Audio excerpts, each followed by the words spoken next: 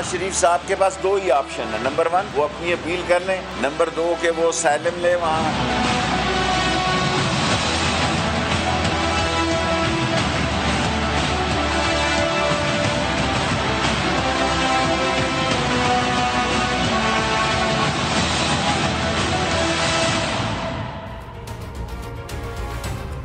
अस्सलाम वालेकुम। आजकल पाकिस्तान के लिए सबसे बड़ा चैलेंज और ख़तरा वो पाकिस्तान की सरहदों के ऊपर अफ़गानिस्तान वाली साइड के ऊपर है। तालिबान टेक ओवर हो रहा है, एक के बाद एक उनका जो डिस्ट्रिक्ट है वो गिर रहा है और तालिबान उसके ऊपर काबिज़ हो रहे हैं और जितनी अफरा तफरी और जितना क्योस वहाँ बढ़ रहा है पाकिस्तान के लिए उतनी परेशानी के दिन बढ़ रहे हैं। सिर्फ परेशानी ये नहीं है कि हमारी सिक्योरिटी सिचुएशन क्या होगी, लेकिन उसके साथ ही वाशिंगटन की तरफ से पाकिस्तान की आर्म ट्विस्टिंग में भी इजाफा हो रहा है और ये लम्हा फ़िक्रिया है क्योंकि पाकिस्तान ने 20 साल हम कहते हैं दुनिया सारी को बताते हैं कि कितने 100 अरब डॉलर पाकिस्तान की इकॉनमी का नुकसान हुआ, लेकिन उसके साथ जो 80,000 जानें हैं जो पाकिस्तान ने कुर्बान की, क्या दुनिया की सारी ये नेटो फोर्सेस जमा भी कर लें तो क्या कहीं करीब भी कोई है? पाकिस्तानी फ़ौज, पाकिस्तानी पुलिस, पाकिस्तानी सिविलियन जितनी जानों की कुर्बानी हम दे चुके हैं। ट्राइबल एरियाज़ में जहाँ 47 के बाद कहीं पाकिस्तानी फ़ौज को हमने नहीं था भेजा, वहाँ 2 लाख फ़ौज 9/11 के बाद से मौजूद है। क्यों ये सूरत हाल पाकिस्तान में पैदा हुई? इसलिए कि आपके फॉरेन पॉलिसी गोल्स थे, आप उनको अचीव करने आए। नेटो फोर्सेस सारी आपने वहाँ लगाई, 1.5 लाख फ़ौज लगाई, आपसे 20 साल में संभाला नहीं गया। अब सारी जिम्मेदारी पाकिस्तान के कंधों पे डाल दें। तोरा बोरा पे बॉम्बिंग आपने की, बंदे सारे निकल के पाकिस्तानी सरहद पार करके इधर आ गए, तो ऑपरेशन आपके इसी तरह के ही हैं, तो उसकी सज़ा पाकिस्तान को नहीं मिल सकती। लेकिन पाकिस्तान की खारजा पॉलिसी, उसके अंदर सीरियस फ्लॉज नज़र आते हैं। खारजा अमूर का एक बेसिक प्रिंसिपल होता है कि यू स्टे इंगेज्ड, आप उनको इंगेज रखते हैं, कोई ऐसी अनहोनी सूरत हाल ना पैदा हो जाए, एक दूसरे से बातचीत करते रहते हैं और पब्लिक पोस्चरिंग ऐसी नहीं होती कि एक दूसरे को एम्बैरस कर सकें आप। पाकिस्तान के नेशनल सिक्योरिटी एडवाइज़र, उनका एक इंटरव्यू आया जिसमें उन्होंने कहा कि हम फ़ोन कॉल के इंतज़ार में हैं। कंप्लेन उनका पूरी दुनिया में हेडलाइन फाइनेंशियल टाइम ने छापी कि Pakistani national security adviser complain कर रहे हैं कि अमरीकी सदर पाकिस्तानी वज़ीर-ए-आज़म को फ़ोन नहीं कर रहे। तो कंप्लेन करके कह रहे हैं कि कभी कहते हैं टेक्निकल रीज़न है, कभी कोई और इशू है तो फ़ोन नहीं कर रहे, वी हैव ऑप्शन। एंड में जाकर उन्होंने कहा वी हैव ऑप्शन। तो फ़ोन के लिए आपको ये बात करनी पड़ रही है कि फ़ोन क्यों नहीं आ रहा? 20 साल से जिनके हम इत्तेहादी बन के front line ally, major non NATO ally और क्या कुछ बने हुए हैं, ये आप कंप्लेन कर रहे हैं। दूसरा बयान हमारे मुनीर अकरम साहब का आया, उन्होंने कहा कि UN सिक्योरिटी काउंसिल का इजलास हो रहा है अफ़गानिस्तान के ऊपर और बड़ा रिग्रेटफुली बता रहे हैं कि पाकिस्तान को उसमें नहीं बुलाया। दूसरा शौक था मेरे लिए कि पाकिस्तान सबसे बड़ा स्टेक होल्डर है इस इशू के ऊपर। नेक्स्ट डोर हम नेबर हैं, 30-40 लाख अफगान आज भी पाकिस्तान में रहते हैं। अमेरिका जो कुछ करने को कह रहा है जिसकी वजह से वो हमसे खफा है, वो पाकिस्तान से कह रहा है और उस इजलास में पाकिस्तान नहीं है। क्यों नहीं है ये वजह मालूम नहीं, लेकिन यहाँ पे भी सफारतकारी के ऊपर सवाल है। फिर तीसरा शाह महमूद साहब का बयान आता है और वो कहते हैं दुनिया हमारी अहमियत को समझे। अहमियत को दरख्वास्त करके कोई नहीं समझता, आपको असर्ट करना पड़ता है अपना role through your friends, through your allies. आप अपना रोल बताते हैं, बावर कराते हैं दुनिया को, दरख्वास्त पेश करके कोई नहीं आपका रोल जानता। तो ये एक लम्हा फ़िक्रिया मेरे लिए कि ये तीनों बयानात जो हैं कहीं ना कहीं ऐसा फ्लॉ ज़रूर मौजूद है, कमी ज़रूर कहीं रह गई है जिसकी वजह से ये बयानात आपको पब्लिक डोमेन में सुनने में मिले। बंद दरवाज़ों के पीछे ऐसी बातें होती हैं, बाहर निकल के जो बयानिया आता है वो यही होता है कि हम पाकिस्तान के रोल को सराहते हैं, पाकिस्तान की बड़ी कुर्बानी है। कभी कोई आके नहीं कहेगा कि वो पब्लिक में ऐसी कोई स्टेटमेंट जारी कर दे जहां आपको एक मुश्किल सूरत हाल का सामना करना पड़े। तो ये मेरे लिए एक बहुत ही, मुझे लगा कि ये बड़ी खबर है जिसको प्रोग्राम में हाईलाइट करना चाहिए कि इस एरिया के ऊपर प्राइम मिनिस्टर को शायद नोटिस लेना चाहिए कि वो खुद बैठें, इजलास की सदारत करें और बार बार करें, एक दिन नहीं रोज़ करें, और अपोजिशन वाले कौमी असम्बली में जाकर डिमांड करें कि इस इशू के ऊपर बहस की जाए। दुनिया के तमाम इशूज़ हमारे लिए एजेंडे में सर फहरिस्त हैं, सिवाय इस इशू के हमारे पार्लिमान के अंदर इस इशू के ऊपर सबसे कम सर्फ वक्त हुआ होगा कि पाकिस्तान की सिक्योरिटी को कितने बड़े ख़तरात इस वक्त अफगान सरहद वाली साइड से दरपेश हैं।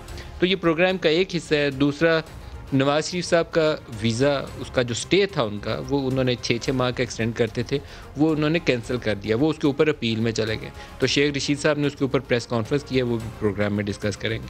तो आज जो शुरा हैं हमारे साथ प्रोग्राम में, ज़रताज गुल साहब हैं, वफाकी वज़ीर हैं पाकिस्तान तहरीक इंसाफ से, और तलाल चौधरी साहब हैं PMLN से हमारे साथ। दोनों को खुश आमदीद कहूँगा। पहले शाह महमूद कुरैशी साहब का आपको बयान सुनवाता हूँ जी। आज उन्होंने प्रेस कॉन्फ्रेंस में दोबारा इस चीज़ को दोहराया, दिखाइएगा। It is unfortunate scapegoat Pakistan for the failures of others. Things have not been managed well. Can we be held responsible for that? No, we cannot. Let the world know that peace and stability in Afghanistan is a shared responsibility. Pakistan will play its role, but the international community cannot shy away. ज़रताज आपसे पूछूंगा, ये 3 बयान जो पहले आए और आज शाह साहब की प्रेस कॉन्फ्रेंस है, कहाँ मसला कहाँ पर? थैंक यू मलिक साहब, thank you for inviting me. सबसे पहली बात तो ये कि आजकल दुनिया में जो जंगें हैं, बॉर्डर कॉन्फ्लिक्ट होंगे LOC पे या डिफरेंट जितने भी ममालिक उनके आपस में रिफ्ट होंगे, लेकिन जंगें उस तरह नहीं लड़ी जाती। हाइब्रिड वॉर्स हैं, नैरेटिव की जंग है, डिप्लोमेटिकली चीज़ों को जंगें लड़ी जाती हैं। उसमें डिप्लोमेटिकली और जो नैरेटिव है पाकिस्तान का, वो तो प्राइम मिनिस्टर इमरान खान ने बड़े क्लियर तरीके से दुनिया को दे दिया है कि एब्सोल्युटली नॉट। ये बड़ा क्लियर मैसेज है कि पाकिस्तान की फॉरेन पॉलिसी ये है कि हम आपके कॉन्फ्लिक्ट के अंदर आपके पार्टनर नहीं हो सकते, हम पीस के आपके पार्टनर हैं। और ज़ाहिर बात है, देखिए मलिक साहब, एक ऐसा मुल्क जिसने 20 साल वॉर ऑन टेरर पराई जंग में लड़ी हो, और आप अब उनको ये कह रहे हैं कि हम आपके उजरती कातिल नहीं बनेंगे, हम अपनी टेरिटरी को जो है वो इस्तेमाल नहीं होने देंगे। हमारे हमसाया मुल्क अफगानिस्तान में बड़ा सख्त इस्तेमाल किया कि हम आपके उजरती कातिल नहीं बनेंगे। जी, तो ये पहले रोल के ऊपर आप क्वेश्चन उठा रही हैं। ये देखिए, जब आप है ना, देखिए ना मलिक साहब, 20 साल में, अभी आपने खुद अपने इंट्रो में डिफाइन किया है कि जब आपका 150 बिलियन $US से ज़्यादा का आपका इकोनॉमिक लॉस। मेरे पास इस वक्त आप एक ऐसी वफाकी वजीर हैं जिसका अपना भाई जो है वो इसी जंग में पाकिस्तान का एक बेटा कुर्बान हमने किया हुआ है, सगा भाई आपका। तो ये सबसे बड़ी कुर्बानी है, रुपयों डॉलरों से ज़्यादा 80,000 पाकिस्तानी, 80,000 पाकिस्तानी। तो मैं ये कह रही हूँ कि जिस कराए की जंग में, या जब हमने अपने अड्डे इस्तेमाल होने दिए, हम वॉर और टेरर में एलाइज बने, और उसके बदले में हम इकनॉमिक लॉस से ज़्यादा, जो हमारी 80,000 से ज़्यादा जाने गई, और इसके बाद जो पाकिस्तान के अंदर कॉन्फ्लिक्ट जो है वो पैदा हुए, जहाँ पे APS में मासूम बच्चों को नहीं बख्शा गया, जिसमें इमाम बारगाहों में लोगों को नहीं बख्शा गया, चर्चेज़ में नहीं बख्शा गया, बाज़ारों में, मस्जिदों में लोग शहीद हुए, वहाँ पे ये बहुत बड़ी बात है कि हमारे जैसा मुल्क, वहाँ पे प्राइम मिनिस्टर इमरान खान, आप उसको, लेकिन फिर आपको ये जो वाशिंगटन से नज़र आता है कि टेलीफोन कॉल नहीं आ रही, UN के इजलास में हमें वो बुला नहीं रहे, और हम पब्लिकली बयान दे के कह रहे हैं हमारी अहमियत को जानो यार, हमने बड़ा कुछ किया है। ये क्यों है? ये गैप क्यों है दरमियान में? कुछ आपको मिसिंग लिंक नहीं नज़र आ रहा? मलिक साहब, मैं आपको यही कह रही हूँ कि जो नैरेटिव की जंग है ना, देखिए ना, उसके दुनिया में जो रिप्रिकॉशंस गए होंगे, और जो दुनिया में हम जैसे ममालिक या हमसे छोटे ममालिक या कमज़ोर ममालिक ने जो ये सोचा होगा नैरेटिव कि एक इतने बड़े सुपर पावर को ये कहना कि एब्सोल्युटली नॉट, और हम आपके पार्टनर इन पीस होंगे, आपके एलाइज होंगे, हम कॉन्फ्लिक्ट में आपका हिस्सा नहीं बनेंगे, और हम आपको अपने अड्डे इस्तेमाल नहीं करे देंगे। इसका जो नैरेटिव की जंग और जो पाकिस्तान का मौक़िफ़ है, बड़ा क्लियर हो गया है कि पाकिस्तान अपनी टेरिटरी की हिफाजत करेगा, जिसके हमने फेंसिंग कर ली है। पाकिस्तान अपने इंटरेस्ट की बात करेगा, जो कि हमने दुनिया को नैरेटिव बता दिया है।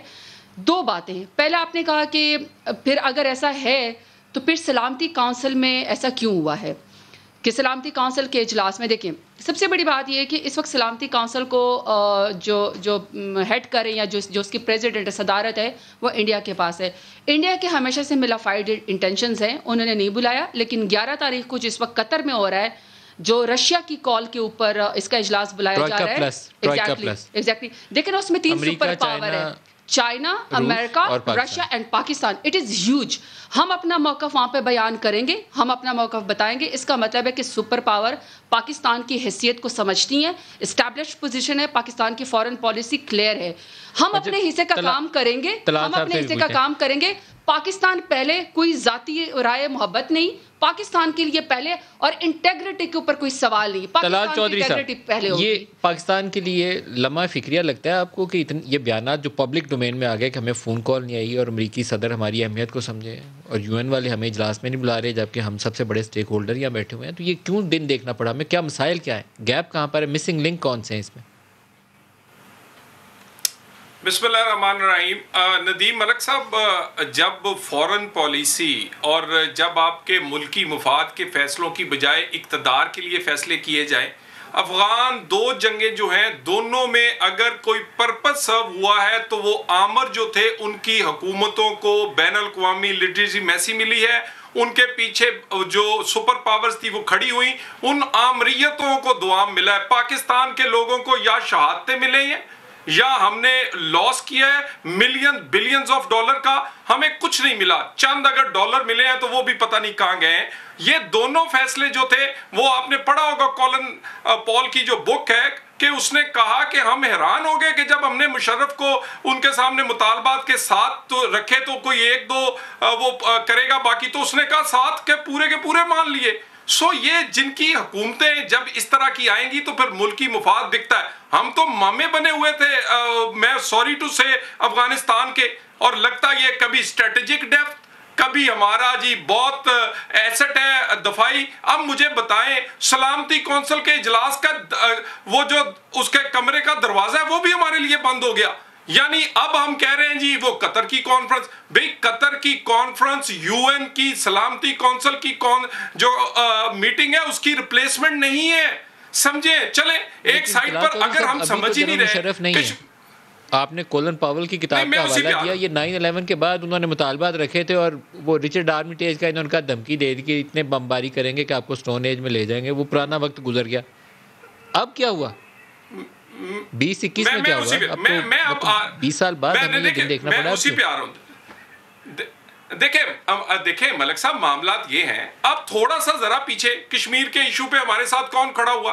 वो मुल्क भी खड़े नहीं हुए, कश्मीर भी छोड़ दें, वो बहुत बड़ा रेड लिस्ट में हमें इसलिए अरब रियासतें और यूके वगैरह नहीं निकाल रहे थे क्योंकि इंडिया को नहीं निकालना था। वो इंडिया निकल गया, उसके वहां मरीज भी ज्यादा है, वहां डेल्टा वायरस भी है, हम आज तक है। हम तो रेड लिस्ट से अपने आप को नहीं निकाल सके। आप समझते हैं हम अफगानिस्तान और कश्मीर के मामले में कामयाब हो जाएंगे?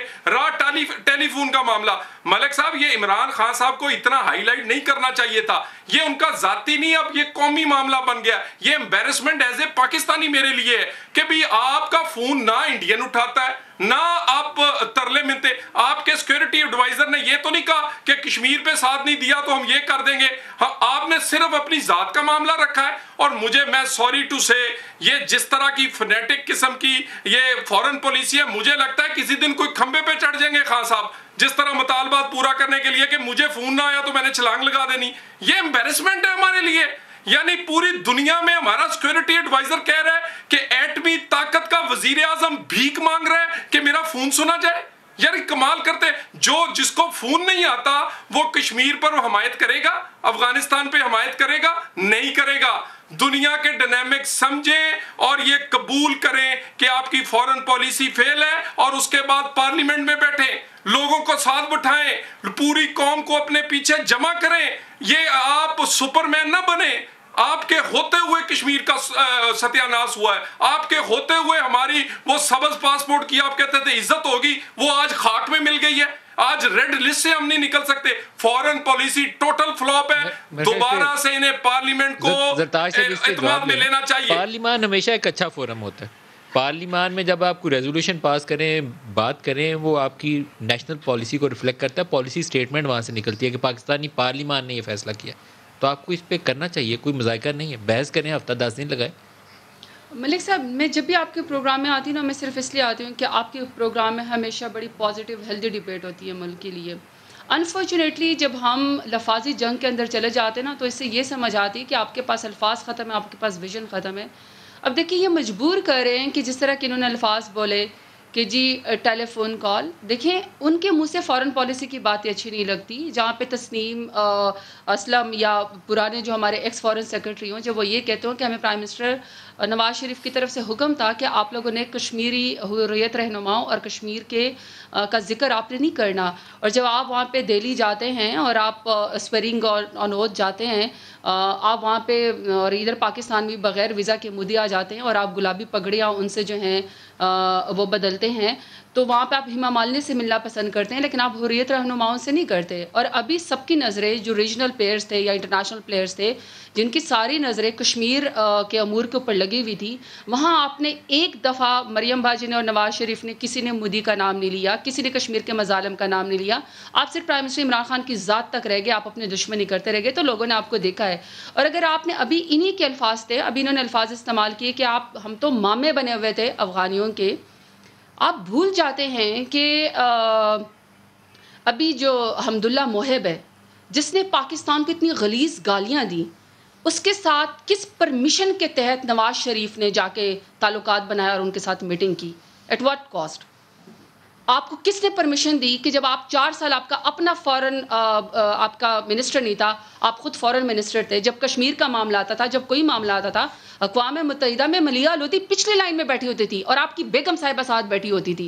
कश्मीर अमूर्स के ऊपर या इस तरह की इंटरनेशनल पॉलिसी के ऊपर या फॉरेन पॉलिसी के ऊपर अबूर रखने वाले लोगों को, स्टेटमेंट्स को अपने पीछे बिठाया होता था और आप पूरा का पूरा टब्बर वहाँ पे लेकर चले जाते थे। आप अल्फाज हज़फ कर लेते थे, आपको फॉरेन पॉलिसी की ABC का नहीं पता होता था। PM गुजराल कहता था कि मुझे तो हुर्रियत रहनुमाओं की नवाज शरीफ ने लिस्टें दी हैं। वो कहते थे कि यह हमारी इन्वेस्टमेंट है नवाज शरीफ पाकिस्तान के अंदर। तो आप प्लीज अफगान पॉलिसी को आप नहीं समझते, आपका बॉर्डर है उनके साथ, आपने 30 लाख अफगानियों को पाकिस्तान के अंदर जो बना दी हुई, ये पहला मुल्क है। कश्मीर में 5 अगस्त 2019 आपके दौर में हुआ, 370-35 है। तो उसकी आवाज़ भी मलिक साहब किसने यूनाइटेड नेशंस के अंदर, किसने OIC के अंदर कश्मीर के सफीर के तौर पर किसने आवाज़ क्या फ़र्क किया 2 साल में? आप 5 अगस्त 2019 से अगर 2021 को कंपेयर करें तो 2 सालों में क्या फ़र्क है? देखिए मलिक साहब, फिर हम वहीं पर लौट के आ जाते हैं। जिस तालिबान के बारे में प्राइम मिनिस्टर इमरान खान को तालिबान खान कहा जाता था ना, उससे अब मेज़ पे डिबेट के तौर पर और मुज़ाकरात के तौर पर कि सोल्यूशन यही है आफ्टर 20 ईयर्स ऑफ फेलियर्स। न नेटो फ़ौजें कुछ कर सके और सब कुछ यहाँ पे एक टर्मोइल करके और एक अनस्टेबिलिटी करके जो यहाँ पे हमारे गले कुछ डालना चाहते हैं। अल्फाज तो शाह महमूद साहब के बड़े क्लियर है कि हम आपको ज़मानत नहीं दे सकते, हम आपके अमन के साथी ज़रूर है, ज़मानत कोई और दे, वो अफ़गानिस्तान के लोगों का मामला है। तो जब आप इस तरह की लफ्ज़ी करते हैं, जब आप इस तरह के लफ्ज़ इस्तेमाल कर सकते हैं, तो अपने गिरबान में झांकें कि आप लोगों के बारे में एक्स फॉरेन सेक्रेटरी कहते हैं कि 70 सालों में आके 15 प्राइम मिनिस्टर वो काम नहीं करके गए जो 3 साल में प्राइम मिनिस्टर इमरान खान ने पाकिस्तान के मौक़िफ़ को उजागर किया है। तो प्लीज़ फॉरेन पॉलिसी के ऊपर स्टेटमेंट देने से पहले आप अफगानिस्तान एक दफ़ा पेशावर हयाताबाद तो चले जाएं। दलाल साहब, कभी इस्लामाबाद क्या चीज़ फ़र्क करनी चाहिए थी? क्या फ़र्क करनी चाहिए थी कि हमारी आवाज़ ज़्यादा तवाना होती? दुनिया सुनती है हमारी आवाज़ कि यहाँ पे इतनी कुर्बानी है, इतने पाकिस्तानी फ़ौज के सिपाही शहीद हुए हैं, हमारे रोज़ यंग कैप्टन हैं जिनकी रोज़ शहादतें अभी भी उठा रहे हैं क्योंकि वहाँ एक टर्मोइल है अफगानिस्तान में, तो बॉर्डर एरियाज़ के ऊपर अटैक हो रहे हैं। तो क्या ऐसा फ़र्क करें कि वो रियलाइज़ करे दुनिया की ये क्या कर रही है कौम? मलिक साहब, मैं आपसे एक अर्ज करूं, उस वक्त तक कामयाबी नहीं होती जब तक पूरी कौम पीछे ना खड़ी हो। मैं आपको 2 एग्जांपल देता हूं। दहशतगर्द की जंग में वही फौज थी, वही रेंजर्स थी, वही पुलिस थी, वही इंटेलिजेंस के अदारे थे। जब तमाम सियासी जमातें पीछे खड़ी हुई और लीडरशिप में, मैं ये मियां नवाज शरीफ का क्रेडिट जाता है, ज़रबे अज़्ब हो, इसी तरह बाकी रद्दुल फसाद हो, आप देखें खत्म हुई दहशतगर्दी। कराची का अमन देख लें, फाटा का उसमें पाकिस्तान का झंडा लहराया, उसके बाद फॉरेन पॉलिसी पे मैं आपका पार्लियामेंट के अंदर जब फैसला हुआ यमन का, तो मुझे बताइए फायदा किसका हुआ? पाकिस्तान का फायदा हुआ। मुझे आज भी याद है उसकी करारदाद में PTI ने अगर किसी वर्ड पर इतराज किया था तो हमने 2-2 घंटे सेशन को मुलतवी करके इनके वो वर्ड्स और पाकिस्तान का मुफाद शामिल किया था। हमने ये नहीं देखा था कि ये तो जी अपोजिशन में है, हमने तमाम लोगों को बिठाया। उसके बाद जब वो खड़े हुए, और इसी तरह आप एटमी धमाका देख लें, जब कौम खड़ी हुई, पूरी दुनिया नहीं चाहती थी, वो आपकी ताकतें नहीं चाहती थी सुपर पावर्स, मगर धमाके किए और अपना आप मनवाया क्योंकि कौम पीछे खड़ी थी। कौम खड़ी किसने करनी है? जो कि इस वक्त के हुक्मरान है, वो तो हाथ नहीं मिलाते। कश्मीर का इजलास हो, वो कहते मैं आना नहीं पसंद करूंगा। इंडिया हमला कर दे, वो कहते मैंने सलाम नहीं लेना अपोजिशन लीडर से। उसके बाद कोई और मामला हो, ये आप पार्लियामेंट के अंदर इसराइल का मामला हो, इसी तरह आप कश्मीर का मामला हो, वो आने को तैयार नहीं है। मां कौम को पीछे खड़ा करें पार्लियामेंट में, और वो देख ले वही वजीर आजम दुश्मन मुल्क के बस में बैठ के पाकिस्तान की इज्जत की खातर आते रहे हैं। पाकिस्तान को जो आज फोन नहीं करते अमेरिका, वो 5-5 फोन आपके वजीर आजम को करता था कि खुदा के लिए ये काम ना करो। फर्क क्या था? कौम को हमने पीछे खड़े किया था, कंसेंसस पैदा किया था और सारे अदारे और कौम एक जगह पे खड़ी थी। खुदा का वास्ता है, ये पाकिस्तान के मुफाद का जो मामला है, इसमें अपनी जाती ना आपकी कश्मीर से बड़ी नहीं है, जाती ना पाकिस्तान के मुफाद से बड़ी नहीं है। छोड़ दे जाती ना को, आए पार्लियामेंट के अंदर इत्मीनान में ले, कौम को पीछे खड़ा करें, वरना आपकी फॉरेन पॉलिसी खत्म, फ्लॉप हो गई है। आप तो हमें रेड लिस्ट से नहीं निकाल सके, आप मेरा कश्मीर कैसे इंडिया के तसलसल से निकाल देंगे, वो नहीं आप निकाल सकेंगे। दुरुस्त है। अच्छा, मैं दूसरा भी जो टॉपिक है उसको भी साथ शामिल कर लूँ। शेख रशीद साहब ने आज बयान दिया है नवाज़ शरीफ के हवाले से।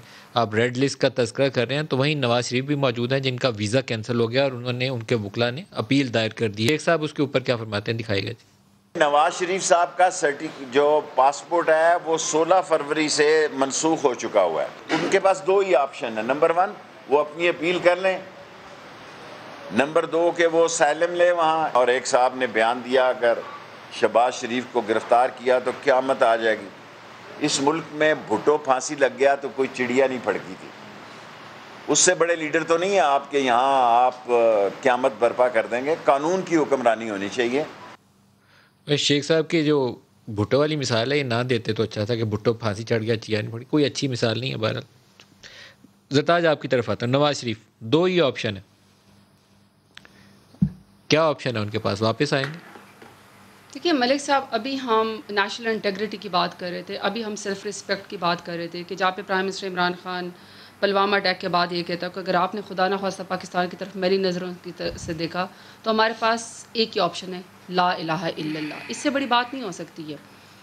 अब 3 दफ़ा का प्राइम मिनिस्टर, डिबेट ये तो है ही नहीं कि वीज़ा रिजेक्ट हुआ है या आगे उनको मज़ीद कोई वो मिलना है, वहाँ पे स्टे मिलना है या उन क्या कानूनी हैसियत उसकी क्या है। सवाल तो ये पैदा होता है कि मुल्क का 3 दफ़ा का एक्स प्राइम मिनिस्टर, एक पार्टी को लीड करने वाला, क्या सारी सेल्फ रिस्पेक्ट ख़त्म हो गई थी? क्या सारी ईगो ख़त्म हो गई थी? क्या पाँव पकड़ने आ गए हैं ब्रिटिश गवर्नमेंट के कि मुझे खुदा का वास्ता पाकिस्तान ना जाने दो? यानी कि लोग कश्मीर के अंदर शहीद होते हैं और वो वसीयत करते हैं कि जब हमें गोली मारी जाए तो हमारा जसद खाकी कश्मीर के साथ पाकिस्तान के झंडे में लपेट दिया जाए। ये किस किस्म का शख्स है? ये किस किस्म का आदमी है जो 3 दफ़ा का वज़ीर आज़म रह के पूरी PMLN की पूरी पार्टी, पूरी इनकी ताकत, पूरा इनके कानूनी विंग, पूरे इनके स्पोक्स पर्सन पूरा दिन ये कोशिशें करते, तावीलें देते रहते हैं कि किसी तरीके से ये शख्स पाकिस्तान ना आए। यानी लोग कहते हैं मैं सर पे कफन बांध के पाकिस्तान पहुंच जाऊं, ये कहते हैं मैं कफन बांध के पांव पकड़ के मैं इंग्लैंड रहना चाहता हूं। एक आपसे सवाल है कि इससे बड़ी मेरा ख्याल में कि इंसल्ट नहीं हो सकती है। मैं इसकी तरफ दोबारा आता हूं। Nawaz Sharif has brought a lots of disrespect for himself. उनको वापस आना चाहिए। एक आपसे सवाल ये है कि जितना जोर हमारे यहाँ से लगाया गया ख़त व किताबत लिख के कि इनका वीज़ा कैंसिल किया जाए, क्या उससे कोई 50% भी जोर हमने ये लगाया कि अपनी डाटा रिपोर्ट करते हैं कि इंडिया में कोरोना के कितने केसेस आ रहे हैं? वो डेल्टा वेरिएंट जिसको आप कहते हैं वो इंडिया ने फैलाया है और वो आपका पूरा यूरोप दोबारा ख़तरे में है, अमेरिका सारा ख़तरे में है। तो उसको तो आपने रेड लिस्ट से निकाल के एम्बर में डाल दिया और हमें आपने रेड लिस्ट में रखा हुआ है। जहाँ 4000 केस आता है उसको आपने कहा रेड में रखो। इसके ऊपर भी कुछ 4-6 खत लिखे आपने? जहाँ तक अब चूँकि हम वो कर गए नवाज़ शरीफ की उससे, लेकिन ये कि बहरहाल नवाज शरीफ को तो ये चाहिए कि सारी चीज़ों को छोड़ के पहले फ्लाइट पकड़ के पाकिस्तान उसको आना चाहिए। मैं अभी उसको कंटिन्यू करूंगा, लेकिन आपकी प्रायोरिटी सिर्फ ये है कि वो वापस आए या नहीं है? नहीं, मैं आपको एक बात बताती हूँ कि जो हमारा जो कोविड का जितना हमने फ़ाइट की है, जितना पाकिस्तान ने फ़ाइट की है, अभी चाहे 4th वेव भी है, NCOC ने जिस तरीके से टेक ऑन किया है, ये जो हम वेरिएंट अभी फेस कर रहे हैं ये इंडियन वेरिएंट है डेल्टा, जिसको नाम दिया गया। लार्जली ये वही केसेस हैं जो अभी आ रहे हैं। वो कहाँ से ओरिजिनेट किया? इंडिया से किया। उसको तो निकाल दिया, उस लिस्ट से हमें डाल दिया है। ये क्या है? यकीनन मैंने उस दिन ब्रिटिश पार्लियामेंट के अंदर भी मैंने उनकी आई थिंक नाज और एक और की मैंने नाज शाह की मैंने और यास्मीन कुरैशी दोनों ने बड़ी अच्छी पोजीशन ली। प्रॉपर जी उन्होंने काफ़ी कोशिश की है और जब वो यहाँ पे पाकिस्तान आई थी तो मैं भी उनसे मिली थी। बहुत सारे पाकिस्तान के बिहाफ के ऊपर बोलने वाले लोग हैं, लेकिन मैं अपनी एफर्ट्स की बात ज़रूर करूँगी कि देखिए NCOC ने जिस तरीके से पेंडेमिक के साथ चाहे 1st, 2nd, 3rd, 4th wave, देखिए NCOC की परफॉर्मेंस के ऊपर सवाल नहीं है, यहाँ आपकी डिप्लोमेटिक एंगेजमेंट होनी चाहिए। वो मैंने कह दिया कि हमारी कोशिश देखिए मलिक साहब, हमारी कोशिशें जारी रहती हैं, लेकिन चाहे हमारी फॉरेन पॉलिसी हो, चाहे हमारा कोविड से फाइट हो, हम अपने हद तक अपनी सेटिस्फेक्शन और अपनी पॉलिसी में अल्हम्दुलिल्लाह बहुत बेहतर कर रहे हैं।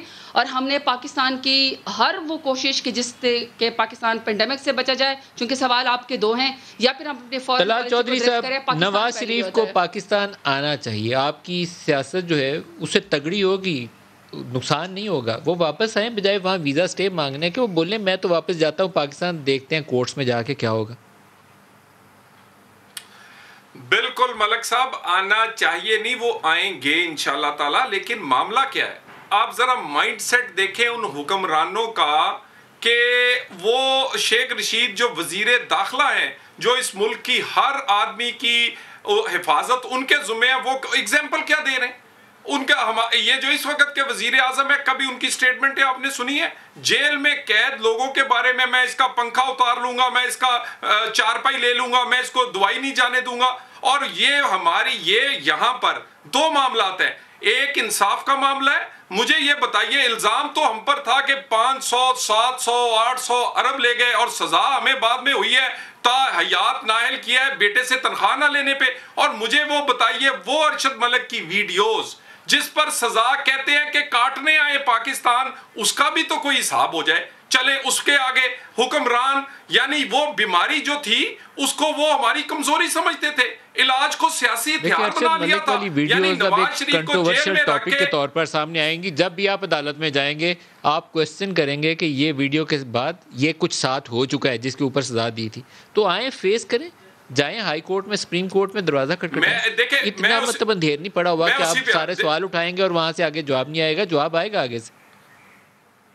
नहीं, देखिए, अल्लाह माफ करे, पाकिस्तान में अंधेर पड़ते रहे, या जुल्फकार अली भुट्टो को सजाए मौत हुई है, या 4 मार्शलों को वैलिडेट किया गया है, यहाँ पर मुशर्रफ की सजा को रातों रात अदालत खत्म कर दी गई है। अंधेर पड़ते रहे इस मुल्क में, अल्लाह माफ करे, अल्लाह ना करे पड़े। अदारों को देखना चाहिए, बेहतर अपने आप को करना चाहिए। मगर मियां नवाज शरीफ की जो सेहत का मामला है, मुझे बताइए, कभी किसी ने जो high court, Lahore high court का हुक्म था, उस पर हुकूमत अमल क्यों नहीं करती? उसके अंदर लिखा हुआ है कि वहां का जो कॉन्सुलेट या वहां का सफीर जो भी होगा वो जायजा लेकर बताया करेगा। एक दफा भी इन्होंने की कोशिश? क्योंकि इन्हें पता है कि वो सारी चीजें जो है वो उनके हक में जाती हैं। मनपसंद का डॉक्टर और मनपसंद की अद्वियात वो नवाज शरीफ को मिलनी चाहिए। फॉर्मर प्राइम मिनिस्टर है, उनकी इज्जत तकरीम रहनी चाहिए। लेकिन पाकिस्तान आके भी कुछ काम हो सकता है। बाकी 22-23 करोड़ यहीं जिंदा है। तो मैं इस वाली लॉजिक से बहुत ज्यादा आपकी मुतमईन नहीं हूँ। सियासी तौर पर आइए, फेस करिए। देखिए, बिल्कुल सियासी तौर पर आए थे, फेस किया था, बेटी समेत जाकर जेल। ये पाकिस्तान की तारीख में पहली दफा हुआ है। और किस तरह जेआईटी, व्हाट्सएप की जेआईटी से लेके अरशद मलिक की वीडियो तक हमने एक्सपोज किया कि हमारे साथ किस तरह क्या किया गया है। उसके बावजूद हमने फेस किया है। हमारे एक नहीं, मैं खाकान अब्बासी से लेकर मिफ्ता इस्माइल, एहसन इकबाल, साद रफीक, शहबाज शरीफ, हमजा शहबाज, सबको 2-2 साल, ख्वाजा आसफ 2-2 साल कैद रखने के बाद उसके बाद किसी पे एहतसाब, किसी पे मंशियात डालकर उसके बाद छोड़ देते हैं। और उसके बाद मुझे ये बताइए, आज के दिन तक एक सजा की, वो भी जज को ब्लैकमेल करके। बाकी रही बात, हम फेस कर रहे हैं और करेंगे इंशाल्लाह ताला। उनकी सेहत पहली हमारी प्रायोरिटी है और उसके बाद उनकी सिक्योरिटी और जान प्रायोरिटी है। मेक और ब्रेक आपकी जमात के लिए भी है, क्योंकि आप लोगों ने इस बयानिया के ऊपर पूरा इलेक्शन लड़ा था और अभी तक वो जिस केस में नवाज शरीफ को सजा हुई है उसके साथ भी बहुत बड़ी कंट्रोवर्सी वो अरशद मलिक की वीडियोस वाली जुड़ी हुई है। तो आपको कहाँ लेके जाएगा? अच्छा मलिक साहब, मैंने एक कॉल कहीं पर पढ़ा था कि बुज़दिल और मुनाफिक शख्स लीडर नहीं बन सकता, और माशाल्लाह बुज़दिल की और मुनाफिकत की सारी निशानियाँ नवाज शरीफ में मौजूद है, जो कि एक्सकॉन्डर भी है, इश्तहारी भी है, मुलजिम भी है, मुजरिम भी है। और कितने फ़ख्र से उनके स्पोक्स पर्सन बताते हैं कि उनको तो सज़ा जो है अकामे पे मिली। यानी कि एक मुल्क का प्राइम मिनिस्टर 3 दफ़ा का और दूसरे मुल्क के चौकीदार या चपड़ासी, ये कोई फ़ख्र की बात बिल्कुल भी नहीं है। अभी इन्होंने फ़ौरन कोर्ट्स को मुतनाज़ा कर दिया और इन्होंने फरमा दिया कि जी, क्योंकि इनके मनपसंद के फ़ैसले नहीं हो रहे, जो कोर्ट उनको बाहर जाने दे देती है 6 हफ्ते के लिए, फिर तो कोर्ट ठीक है, लेकिन जो कोर्ट इनको वापस इश्तहारी होकर बुलाती है उस कोर्ट को ये लोग मुतनाज़ा बनाते हैं। अभी मैं कल परसों इनके 3-4 स्पोक्स पर्सन की बड़ी तड़ियों वाली और बड़ी इस तरह की प्रेस कॉन्फ्रेंस देख रही थी। इनकी ज़बान फ़ौरन चेंज हो जाती है और कहते हैं कि आपने अगर शहबाज शरीफ को भी पकड़ा तो हम जो है कोई क़यामत आ जाएगी।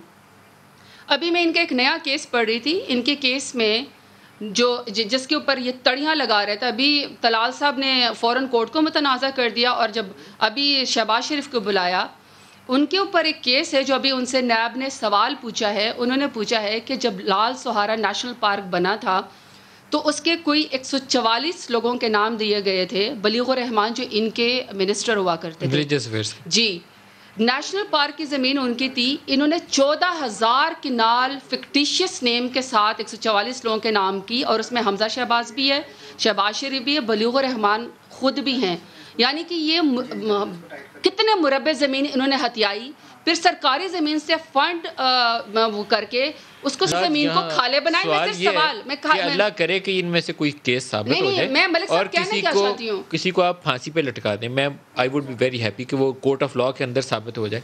लेकिन वो मंजूर पापड़ वाला, मुश्ताक चीनी वाला, पता नहीं 1001 दफ़ा हमने वो शहजाद अकबर की कहानियाँ यहाँ सुनाई हैं, मनी लॉन्ड्रिंग की और हवाला हुंडी की। कहाँ गया वो केस? पकड़ के सजा क्यों नहीं हुई हमजा को और शहबाज? मैं यही आपसे मैं बात क्या करना चाहती हूँ, मैं आपसे बात ये करना चाहती हूँ कि आप 14,000 किनाल ज़मीन फिक्टिशियस लोगों के नाम करके और अपने नाम करके, और आप इन्होंने पंजाब कैबिनेट को बाईपास किया था, शहबाज शरीफ ने खुद डायरेक्ट साइन किए थे, वहाँ आप अपने नाम कर लेते हैं, वो ज़मीन उनके पास रजिस्ट्री नहीं है, फिर आप गवर्नमेंट के पैसों से उसमें खाले बनवा लेते हैं। सेटेलाइट टाउन जो इंडिया से हिजरत करके आए थे वो अपने नाम करवाई, किसी शख्स, कोई नाम था उसका, कोई आतिफ अजीज़ नाम था, फिर वो भी बलीग रहमान साहब ने और शहबाज शरीफ ने अपने नाम की। फिर जब कोर्ट उनसे सवाल करती है तो इनके स्पोक्स पर्सन थ्रेट करते हैं कि क़यामत आ जाएगी अगर आपने शहबाज शरीफ को पकड़ा। भाई आप 100 दफ़ा फ्रॉड करेंगे तो 100 दफ़ा आपको पकड़ेंगे। नवाज शरीफ साहब जब बाहर बैठे हुए स्कॉन्डर इश्तहारी है, इनका ऑनरेबल कोर्ट ने इश्तहार छापा हुआ कि ये शख्स मुल्क से भाग के गया हुआ, ये वापस आए, वहाँ पे आप कहते हैं कि जजेस मुतनाज़ा हैं, आप कहते हैं पाकिस्तान में इंसाफ नहीं होता, 4 हुकूमतें डिक्टेटर की आई और भुट्टो को फांसी हुई। भाई भुट्टो की फांसी के ऊपर मिठाई बांटने वाले कौन थे? चारों जिसके साथ चाहे जनरल जिलानी था, चाहे ज़ियाउल हक था, उनके साथ सारी साजिश करके तो नवाज शरीफ साहब मौजूद थे। तमाम जमहूरियों को और तो और उसामा बिन लादेन से $10 मिलियन नवाज शरीफ ने बेनज़ीर भुट्टो की हुकूमत को गिराने के लिए ले लिए थे। तो खुदा का खौफ करे जब आप इदारों के बारे में सवाल करते हैं। सवाल अब आपसे दुनिया करेंगे तो आप थ्रेटन करेंगे तो सजा भी होगी। बताइए और तलाल चौधरी जवाब कोई नहीं। अच्छा जवाब भी सुन लें। तलाल चौधरी साहब सुन, ब्रेक की बारी है।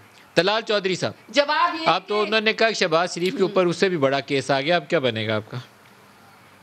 मैं मलिक साहब, आप यकीन करें जब प्रेस कॉन्फ्रेंस होती है, कोई 3 दर्जन प्रेस कॉन्फ्रेंस से शहजाद अकबर साहब करते हैं, वो कागज लहराते हैं 200 अरब 400 अरब आशियाना में, 200 अरब साफ पानी में, 300 अरब अपना मनी लॉन्ड्रिंग में, इतनी टीटियों में। जब मैं हाई कोर्ट के फैसले पढ़ता हूँ साफ पानी में, आशियाना में, ये टीटियों वाले केस में, तो शर्म से मेरा सर झुक जाता है कि ये हुकूमत, इनको भी शर्म आनी चाहिए। इल्जाम लगाते क्या है, निकलता क्या है?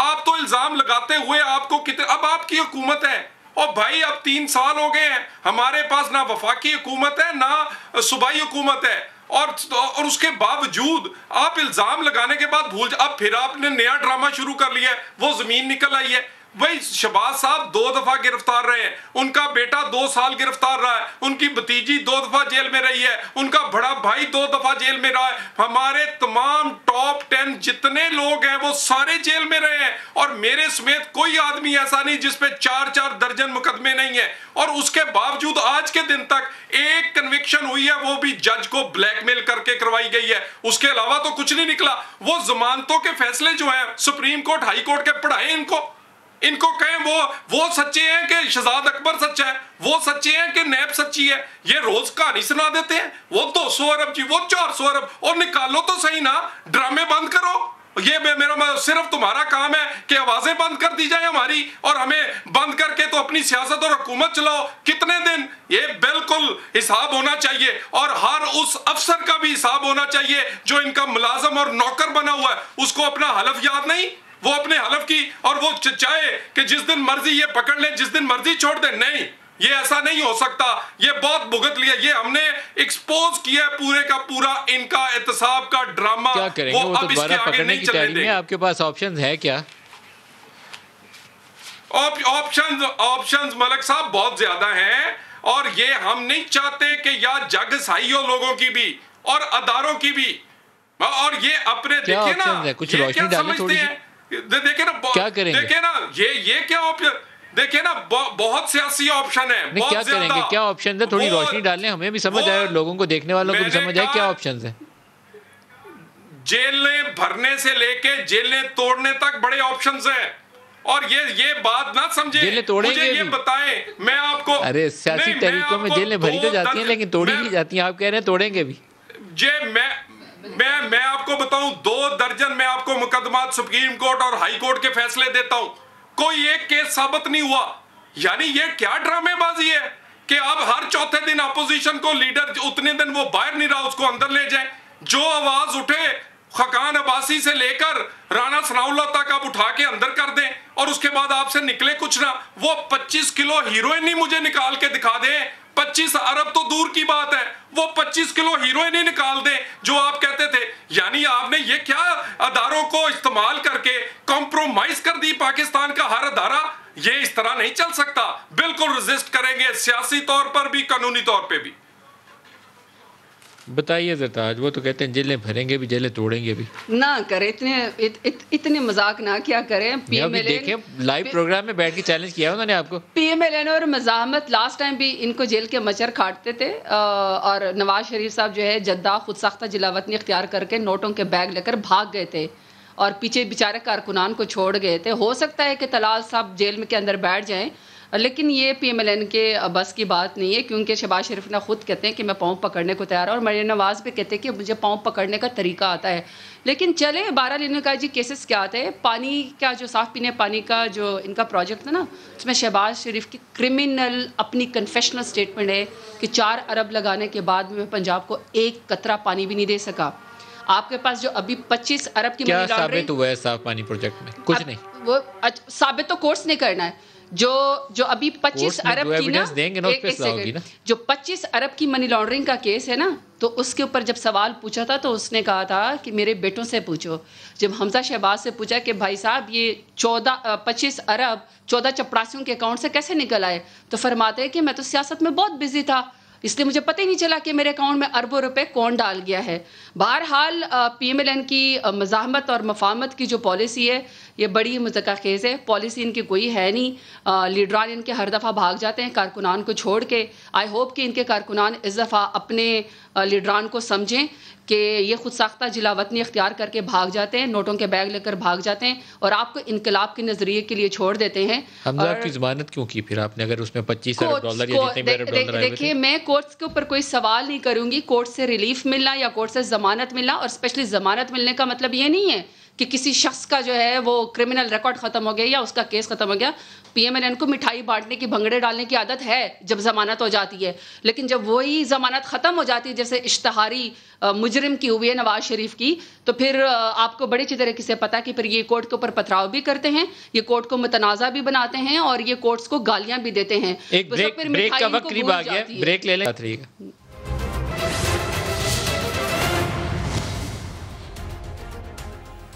प्रोग्राम में दोबारा खुश आमदीद कहते हैं।